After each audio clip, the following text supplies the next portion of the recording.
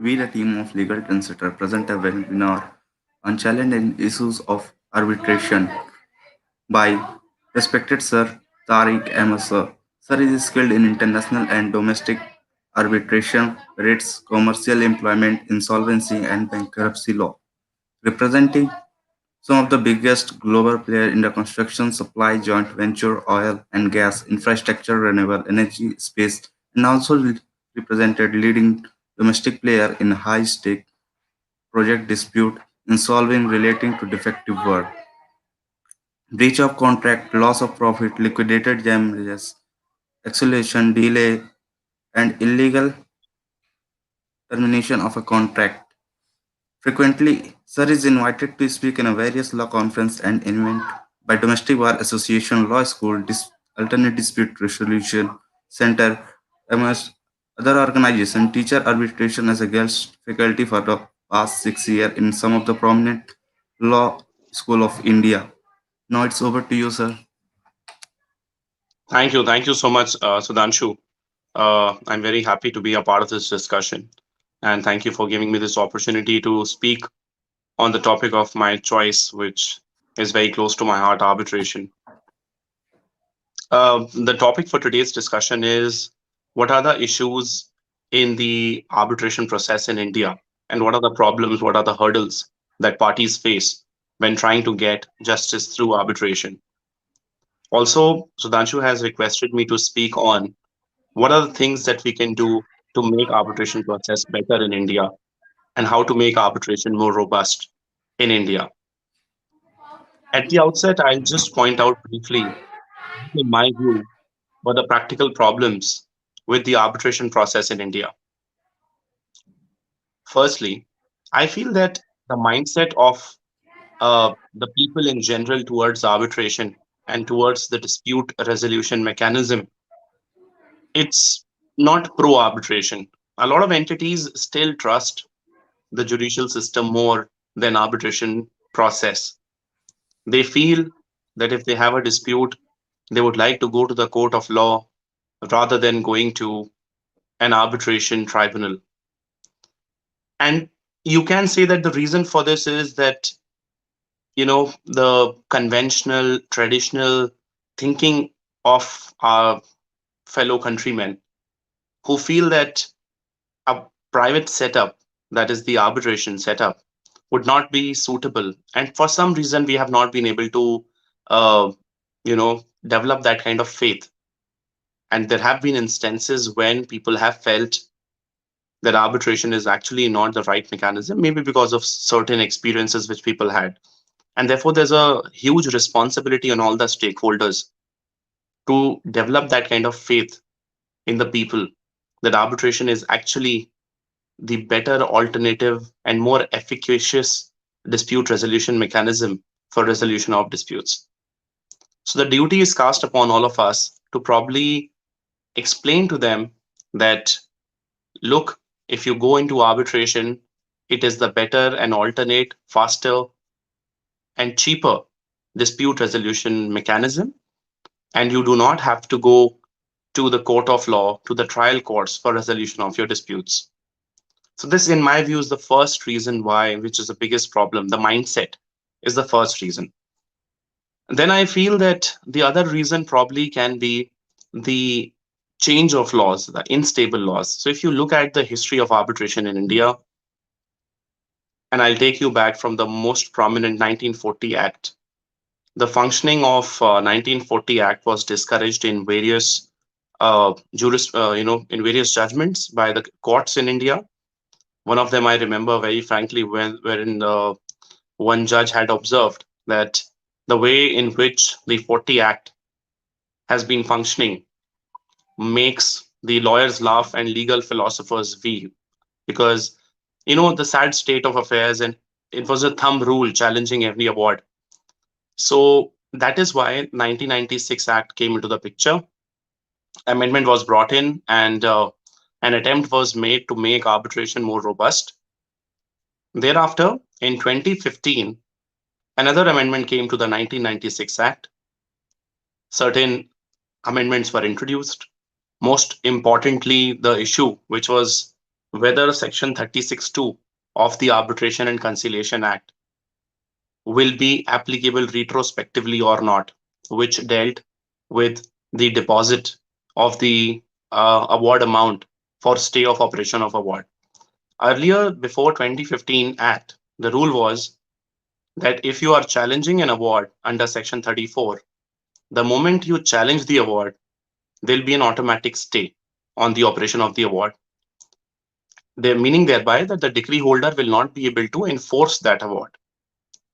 However, after the 2015 amendment, which came on 23rd October 2015, this rule had changed, and it was said that whenever you are interested in challenging an award, you will have to deposit an awarded amount, some part of the awarded amount, subject to court's discretion, which is generally 50% or 75%, and nowadays 100%, for seeking a stay on the operation of the award. Now, the question which came into BCCI versus Kochi Cricket Association judgment, Justice Nariman has given a judgment on a very important issue whether 36(2), which is about the stay, will be applicable retrospectively on pending matters or not. So the court said yes, it will be applicable on pending 34 petitions also, and therefore there'll be no automatic stay anymore. If you are seeking a stay on the operation of the award, you will have to probably deposit the amount as per the new amended act, which is 2015 Act. Now, what happened thereafter? The government came up with Section 87, which was which in a way overturned the judgment of the Supreme Court and said that all the amendments of the 2015 Act were prospective. Thereafter, again, the Section 87 was constitutional validity was challenged in the court in Hindustan Construction Company matter. Justice Nariman said that Section 87 is manifestly arbitrary, and thus the position as on date is that matters which were pending, 34 petitions which were pending, even on the date on which the 2015 amendment came into the picture, they will be governed by 36(2) of the amended act, meaning thereby that 36(2) will be applicable retrospectively. Now, interestingly, again, 2019 amendments came into the picture, and now we have 2020 amendments also. The problem is the 2020 amendment now say that on ground of fraud and corruption, you can probably get away with the condition of this deposit, and you can challenge an award if there's a prima facie view that the award was obtained by fraud or corruption. Now, this will be very problematic because all the awards are going to be challenged on this pretext, and there'll be allegation against the arbitrators, against the judges who are the arbitrators. People will take up these issues, fraud and corruption, to avoid the deposit condition while challenging the award as per the 2020 amended act. So in my view, the stability is not there. Government is constantly changing. It took 3 years to decide the issue of applicability of the 2015 amendment. Then another act came. So many amendments are happening. The law is not stable. So I think that's another major issue with the arbitration process in India, that there's no stability.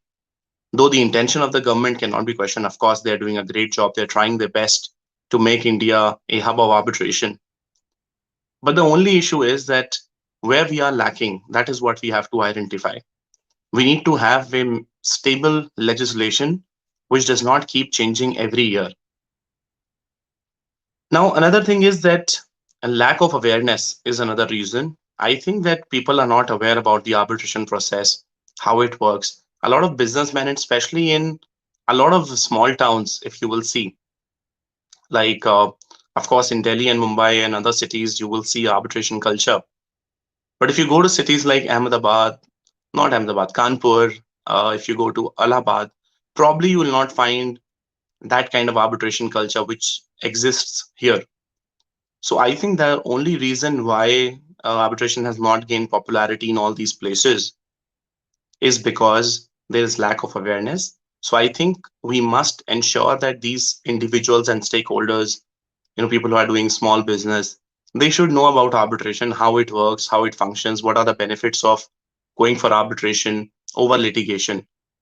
That will eventually help in reducing the pendency and will make arbitration more robust in India. Another prime issue which I feel does exist in the arbitration process is resistance to arbitration in India, which is a very common issue. So what happens is when you see whenever there is an arbitration matter, what parties have done generally, we have seen parties like to challenge it. So, for instance, if there is a dispute between me and you, and I have to invoke arbitration, the moment I file a Section 11 in the court for appointment of an arbitrator, I will realize that you have challenged the appointment of arbitrator on the ground that there is no arbitration clause. So, either you will try to find some lacuna in the arbitration clause itself, or you will say that there was no arbitration clause at all. It did not exist. And you will perhaps question the validity of the arbitration agreement, saying that it is not a valid arbitration agreement. So, one of the major issues in our country is a resistance to arbitration. We know we have opted for arbitration as a dispute resolution mechanism, but when it comes to resolving disputes and when somebody is claiming money from us, we just want to delay it as much as we can. And as a thumb rule, we resist all arbitration petitions in the court of law. And that is one reason why I feel that arbitration is not gaining that kind of popularity which it deserves. It is not becoming the first choice, in all the states of the country, and that these are the practical problems. Also, we have seen that when an arbitrator is appointed, so assuming that if we cross the hurdle of the arbitration clause, because a lot of people have in the past complained about the language of the arbitration clause, that it is not a proper arbitration clause. There was no consent obtained. Arbitration agreement was obtained by fraud. I never signed this agreement. I have never seen this document. These kinds of objections eventually delay the appointment of arbitrator and defeat the very purpose of arbitration, which is speedy resolution of disputes. Apart from that, what I've seen in courts is that sometimes when you're drafting arbitration clauses, you give the power of appointment to the other party. I'll deal with this separately. It's a very important issue. The other issue which I see with arbitration is that even if you get an arbitrator appointed, now the parties will start challenging the arbitrator, that he is not impartial, he's not independent, and then there'll be another litigation for that. They will file a section 13 for 1415 application, and sometimes they will challenge his own jurisdiction under section 16 before the arbitrator himself or herself. So I feel that these are the issues why parties do not want to go for arbitration and they resist arbitration. That's another issue. Also, in some of the cases like Vikram Bakshi versus McDonald's, then in Vodafone case, we have seen that parties have been trying to get anti-arbitration injunctions. That's another domain. And yes, in some cases, like in recent case, Lalit Modi versus Beena Modi, we have seen the court has taken a good approach. Anti-arbitration injunction was not granted. But I feel that the practice of granting anti-arbitration injunction must be done away with. It must be sparingly used. It should not be done in the ordinary circumstances, because I feel that the moment you start giving such message that you're trying to stay the arbitration proceedings going on somewhere, you are adopting a regressive approach and not a pro-arbitration stance. One other aspect is, which was a major issue for years, and I in fact wrote articles on this, it was the unilateral appointment of arbitrators.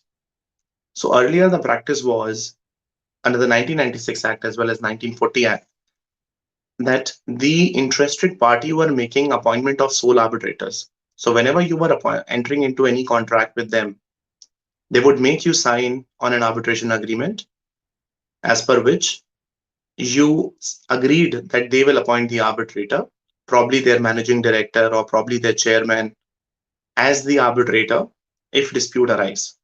Now, my take in the article which I wrote was that you never bite the hand that feeds you. So if you are being appointed as an arbitrator, you will definitely not pass an award in all likelihood against that party. Therefore, I strongly objected to appointment of the unilateral appointments which are done by the parties just by one party. So there was a lot of jurisprudence on this, but eventually in the judgment of TRF, it was clarified. In the case of TRF, the Supreme Court first said that if a person has become ineligible to be appointed as an arbitrator, then he cannot appoint somebody else as the arbitrator. But then again, it was misinterpreted. It was said that TRF does not mean that unilateral appointment is done away with. Then a very important landmark judgment, Perkins Eastman versus HSCC, came into the picture by Justice Indu Malhotra and I think Justice Yuju Lalit, in which it was held that unilateral appointment by a interested party, sole arbitrator cannot be appointed. So now it's a very, very positive step. It's a very good judgment because I think this was a major issue with arbitration in India of unilateral appointments by one party. And this judgment, Perkins Eastman, has done away with that practice. Now, one interested party cannot appoint an arbitrator in case the arbitrator is a sole arbitrator. The other problems, I mean, there are so many problems, but I'll keep addressing one by one and I'll try to keep it short. Another issue which I feel with arbitration in India is the major issue of ad hoc arbitrations. So, as you know, that arbitrations are of two kinds. One is ad hoc, and the other is institutional arbitration. What we've seen is that ad hoc arbitrations are the ones which are not governed by any institution. And therefore, I have felt that because of this reason, India has not been able to become a hub of arbitration, and we do not have a robust arbitration mechanism. Why I say this? Because in an ad hoc arbitration, nothing is regulated.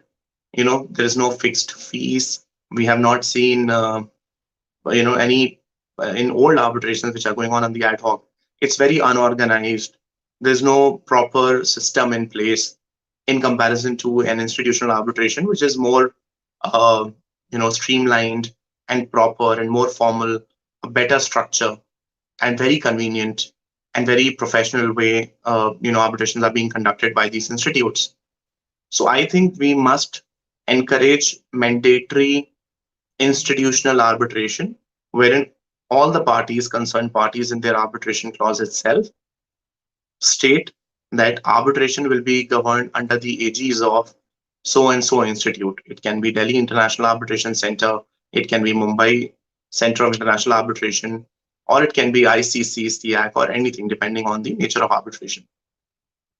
Because ad hoc arbitrations are the major problem in India because they're just defeating the purpose of arbitration. The way they are carried on, it's very, very, in my view, unprofessional or unorganized, and it's not how arbitrations are supposed to be conducted. And surprisingly, in India, more than 90% of arbitration are ad hoc arbitrations, which is very, very unfortunate. Now, another thing which I feel is that I think in certain disputes, we need to come up with a legislation or probably a guidelines that in some cases there'll be mandatory arbitration. For instance, if you see MSMED Act, under Section 18, there is mandatory conciliation and then there's mandatory arbitration. So I think in certain disputes, we can definitely recommend going for mandatory arbitration, which will, of course, encourage the practice of arbitration and, bolster it up. Now, I feel that though I think Section 5 talks about minimum intervention of courts. So Arbitration Act clearly itself says that unless specifically provided anywhere, the courts or any judicial authority shall not intervene unless there is specified in a particular section. So the idea was the minimum judicial intervention that courts should stay away. Now, unfortunately, what has happened is that parties have been approaching courts for every small little thing, and that's the problem in ad hoc arbitrations. For appointment of arbitrators, you go to court. For challenge of arbitrators, you go to court. For every small little thing, for every procedural issue, you have to go to the court, wherein you make arbitration second litigation. So I think that this practice must be done away with. And that's why we need to reduce the intervention of courts, especially when we see that there are challenges to the awards, Section 34. The courts take forever to decide Section 34 petitions. And even the decree holder who has won the arbitration award is deprived of the fruits of the award. So I think that's another major issue with arbitration process. And then there's an appeal under section 37, which takes another time. And then we have SLP. So it's a very long route. I think it must be shortened down. So this is another major issue why judicial interference must be reduced, and we must. And courts are entertaining Section 34. They are listening it on merits. I don't think hearing should be on merits when it is categorically mentioned that you cannot go into the merits of the case. All the judges have a duty, in fact, to ensure that they do not step into that domain and they do not enter into the reappreciation of evidence, and they should interfere only as an exceptional, rarest of rare cases. They should interfere with arbitral awards, not otherwise. Another key issue which I feel that arbitration in India has is the appointment of practice of appointing judges as the arbitrators. I think that's one practice which must be discouraged, because we have a very limited pool of arbitrators and we do not have many arbitrators. And again, if you keep appointing the same people, they have too much of arbitration matters on their plate already. And if you expect them to finish your matter in time, then it is not possible within a year's time. So I think youngsters, young lawyers must be encouraged. They must be given a chance to do arbitration, especially in small matters. And we need better arbitrators. We need trained arbitrators. And I think some young practitioners can do an excellent job as arbitrators. We must develop that kind of faith in them, and we must give them also an opportunity to be appointed. So I think we must do away with the practice of appointing judges only as the arbitrator, which is prevailing in a lot of jurisdictions. Now, apart from that, I feel that arbitration is suffering on few more fronts. One of them, of course, would be the technicalities. So in a lot of arbitrations, what we have seen is that some of the arbitrators are very strict and they go by the book, even though Section 19 of the Indian Arbitration Act says that CPC and evidence strict rules shall not apply, only the principles behind the same apply. Now, when there's a very thin line between principles and strict rules, but often these lines are crossed by the arbitrators who, in fact, insist on the technicalities of the evidence as well as the civil procedure code, and they ask the party to abide by them. And this way, arbitration becomes like litigation, cumbersome, and technicalities come into the picture. So I think this practice must also be discouraged, because arbitration at the end of the day is very flexible and must be treated that way. And the procedural aspects should be given less importance in comparison to the merits of the case.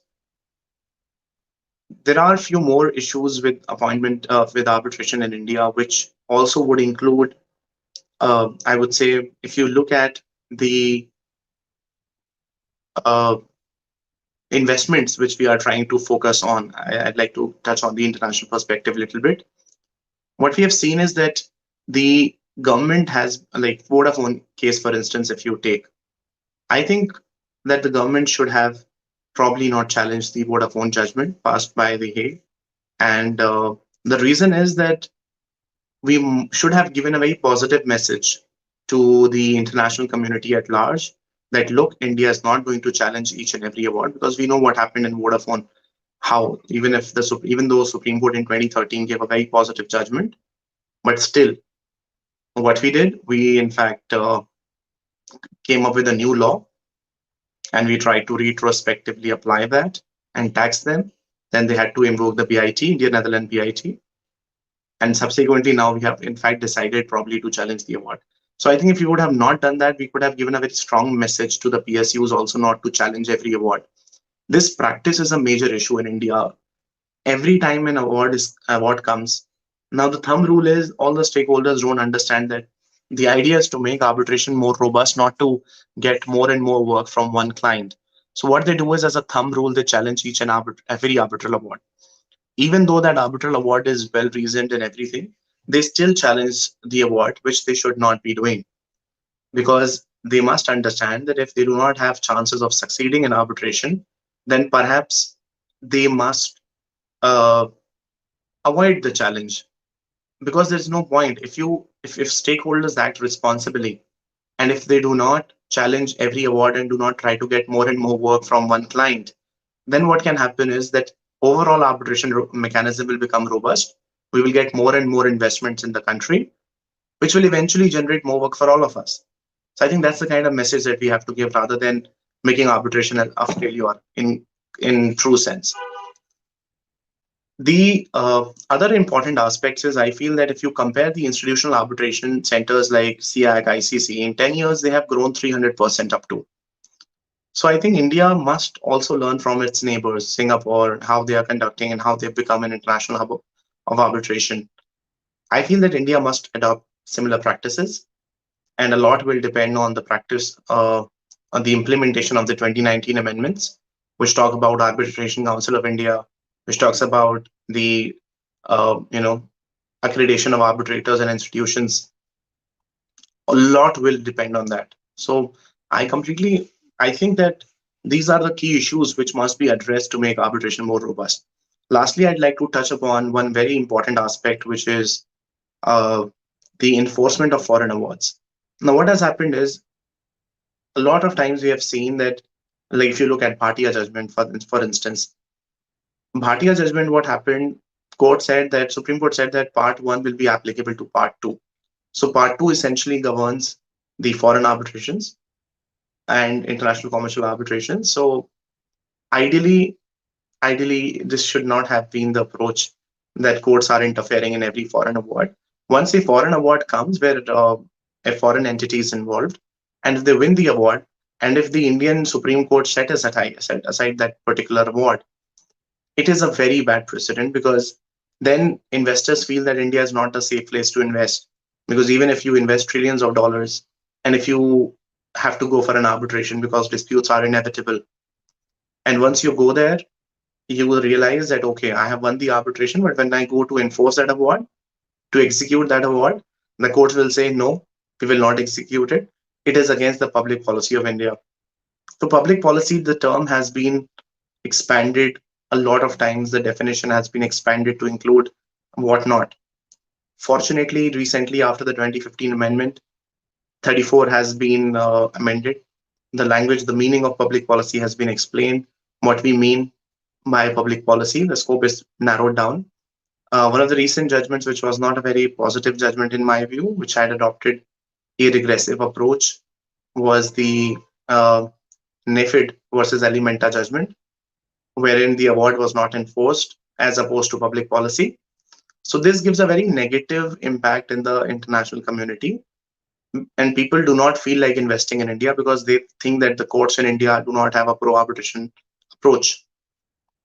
Whereas very recently in a judgment, Justice Indu Malhotra, in the case of Vedanta, has given a very positive judgment, a very positive message to the international community at large, wherein she enforced the Malaysian uh, courts award, and Vedanta, in fact, won that award. So I feel such judgments, but there should be a continuous pronouncements of such judgment. It cannot be that you give three good judgments and then one fourth judgment is regressive, which will overdo and which will overpower everything else that you have done. So to give a good impact, leave a good impression on the foreign investors to make them safe and comfortable, you have to adopt the practice of constantly giving good judgments. So that's one thing which is very, very essential, I feel. Apart from that, I feel that enforcement of awards, the practice must be encouraged. Pro enforcement bias approach shall be adopted by the parties. And if that is the case, then I don't think the arbitration will suffer. So these are few suggestions which I wanted to give. I know I went too much into the details, but and did not like streamline them properly. But these are my candid views on this. So Danshu.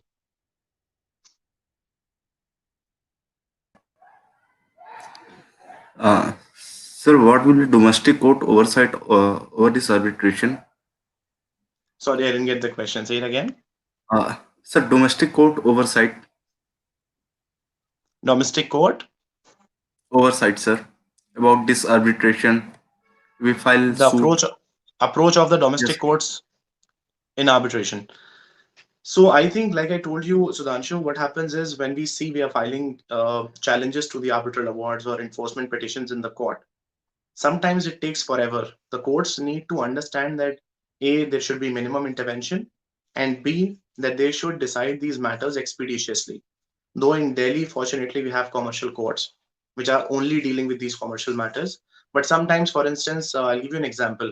If the time period gets over, like 1 year plus 6 months time, which is now 6 months for pleading completion, then 1 year for finishing arbitration, which can be extended for 6 more months. But once this time expires, you have to go to the court for extension of time. Now, when you go for extension of time, it takes another 1 year or probably 6 months. So, what I'm trying to say is that for every small application that you're filing in the court of law, the domestic courts need to understand and must adopt that approach that if we are dealing with an arbitration matter, we have to finish it fast. And especially in 34s, I think sometimes some courts have taken forever to decide 34 petitions. So idea is to encourage that, and obviously enforcement of award, like I said, the pro enforcement bias approach must be encouraged, and courts must uh, you know uh, deal with R34 only as a very narrow uh, approach must be adopted, and they must see it, intervention with these awards only as a last resort in rarest of rare cases. It should not be that every award that comes to you, you are going into the merits and reappreciating evidence. Court has to take a very narrow approach and must understand that it has very limited powers. So this is what I think the domestic courts must understand. Sir, practical aspect about this field. Sorry, say it again. I'm not able to hear you. Uh, Practical aspect about this field. Practical aspects of arbitration you're talking about. So practical Yes, sir. aspects, are you talking in the context of people who want to pursue arbitration as a career? What are the Yes, sir. practical aspects? So I feel Yes, sir. that what is required in arbitration practically, I'll tell you what the practicalities. So the good thing about arbitration is that it is very flexible. It's not like the monotonous court where you are going, in a gown, appearing before court. And I think a lot of people think that now courts are more about technicalities. There is more emphasis on technicalities, and sometimes you lose a matter on technicalities because you may not know as a young lawyer about the intricacies of procedural law, evidence, and thus you may not be able to stand a chance against a person who has years of experience. Whereas in arbitration, the good thing is that Section 19 clearly says that it uh, the strict rules of CPC and evidence do not apply to arbitrations. So it's a very comfortable mechanism. Young lawyers can do wonders. They can do great in arbitration because, like I said, that youngsters do not have to necessarily know the intricacies of the procedural law, and they can make a name for themselves. And practically, I think that future of arbitration is very bright in India because litigation is nowadays parties have understood that litigation may take forever.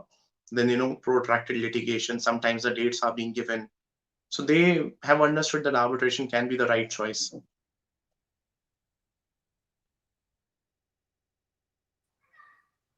Who can play the role of arbitration and such approach is adopted? Okay, arbitrators necessarily some like earlier Schedule 8 had come in 2019 amendment.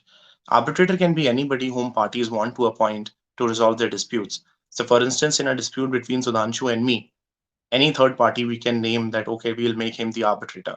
Generally what happens is court has a habit of appointing retired judges as arbitrators in India, and I think we must, and also in some cases young practitioners, lawyers are also being appointed. So anybody can be appointed, but the only condition is that that person must not be related to the parties, must not have the interest in the outcome of the matter, should not be related. It should not fall in any of the grounds specified in Schedule 5 and 7 of the Act.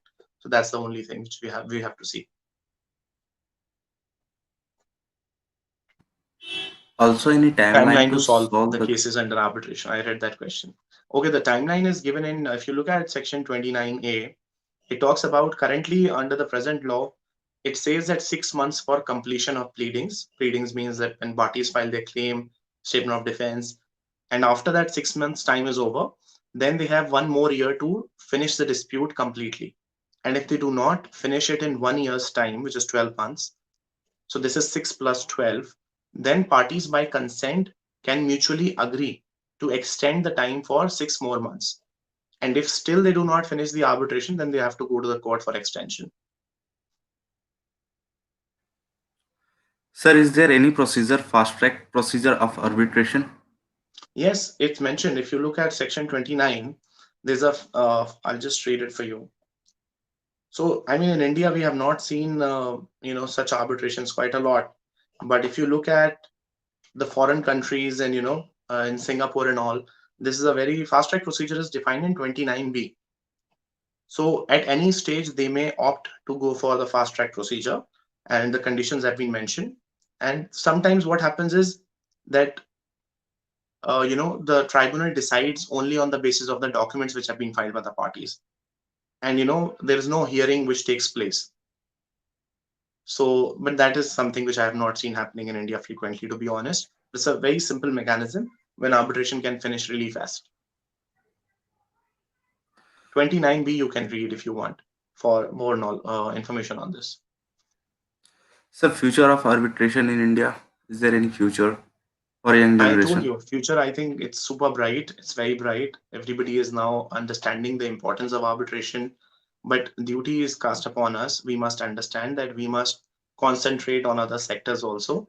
We are primarily dependent on agriculture as the agriculture sector in the economy, but I think more focus should be on getting investments in other fields like other sectors like export, infrastructure. These things also need to be emphasized on. And if we are able to create a robust mechanism of arbitration in India, we will certainly be able to generate more work. There'll be more arbitrations, there'll be more investment, which will eventually create more work for all of us. So future of arbitration definitely is bright, subject to the fact that we are actually working on the shortcomings, the issues, and institutionalizing arbitration in India. One more, the decision given under arbitration, it is mandatory on law enforcing agency to enforce. Yes, so the award which is passed by the arbitrator, it's like a decree of the court, and it is enforced in the same term. If you look at section 36 of the Arbitration Act, it says that it will be enforced in the same way like a decree of a court is executed in under CPC. So the same law will apply. It is as good as a decree of the court. There is no difference. It is binding on the parties. Sir, reason for hindrances in the growth of arbitration in India.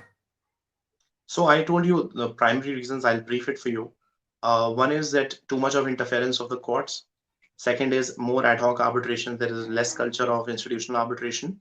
And thirdly, I told you resistance of parties in uh, you know in arbitration. They don't want to go ahead. They want to challenge it at every step.